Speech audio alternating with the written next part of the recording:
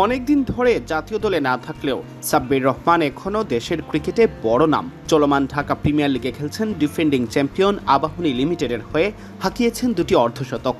এর আগে বিসিএলও ব্যাট হাতে ছিলেন উজ্জ্বল। জাতীয় দলে ফেরার আশাও রাখছেন এখনও।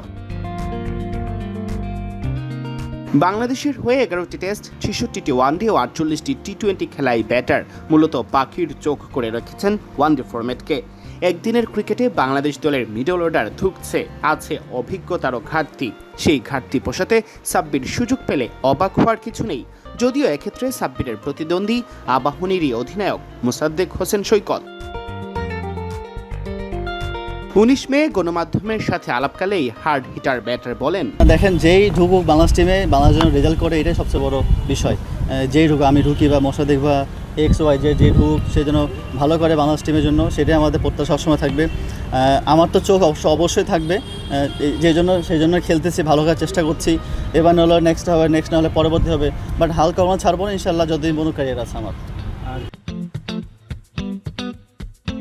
অধিনায়ক মোসাদ্দেকও আছেন ভালো ছন্দে। তার প্রশংসা করে সাব্বির বলেন, অবশ্যই মোসাদ্দেক তো 14 বছর ধরে খেলতেছে, আর ওর সব কিছুই মুখস্থ আবাহনী সম্বন্ধে, ম্যানেজমেন্ট থেকে শুরু করে সব কিছু সম্বন্ধে। আমার সেকেন্ড ইয়ার, আর ও টিম লিডার হিসেবে খুব ভালো। ও খুব ফ্রিডম দেয় সবাইকে, যে যার মতো করে খেলতে পারে এবং অনেক ফ্রিডম দেয়। ও খুব ভালো ফর্মে আছে। আমাদের মিডলার ভালো একটা সাপোর্ট দিয়ে সবসময় ভালো খেলছে আমরা।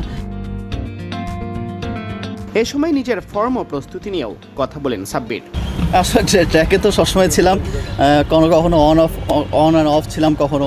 তো আলহামদুলিল্লাহ ভালো হচ্ছে, যে কটা ম্যাচ খেলতেছি সুযোগ পাচ্ছি, ভালো খেলার চেষ্টা করছি, আর প্রস্তুতিটা ভালো হচ্ছে।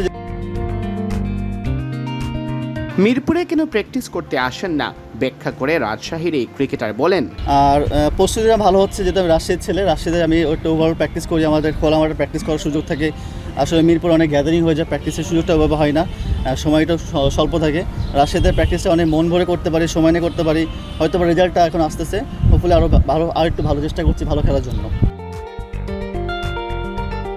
এদিকে শেষ পর্যন্ত ঢাকা প্রিমিয়ার লিগ ছোট পরিসরে হলেও মাঠে গড়া নয়। বিসিবি সভাপতি তামিম ইকবালকে কৃতিত্ব দিয়েছেন সাব্বির রহমান।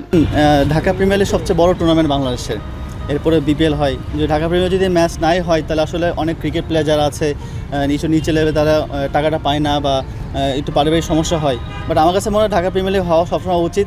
এবার না হলেও আমার কাছে মনে হয় যে এই বছরটা মিস হতো, বাট তামিম ভাইয়ের কারণে হওয়া, এবং আলহামদুলিল্লাহ আমরা খুবই প্লিজ যে টুর্নামেন্টটা হচ্ছে। এটা যে যেমনই হোক না কেন, টুর্নামেন্টটা হওয়াটা ইম্পর্টেন্ট। সিয়াম চৌধুরী, বিডি ক্রিক টাইম।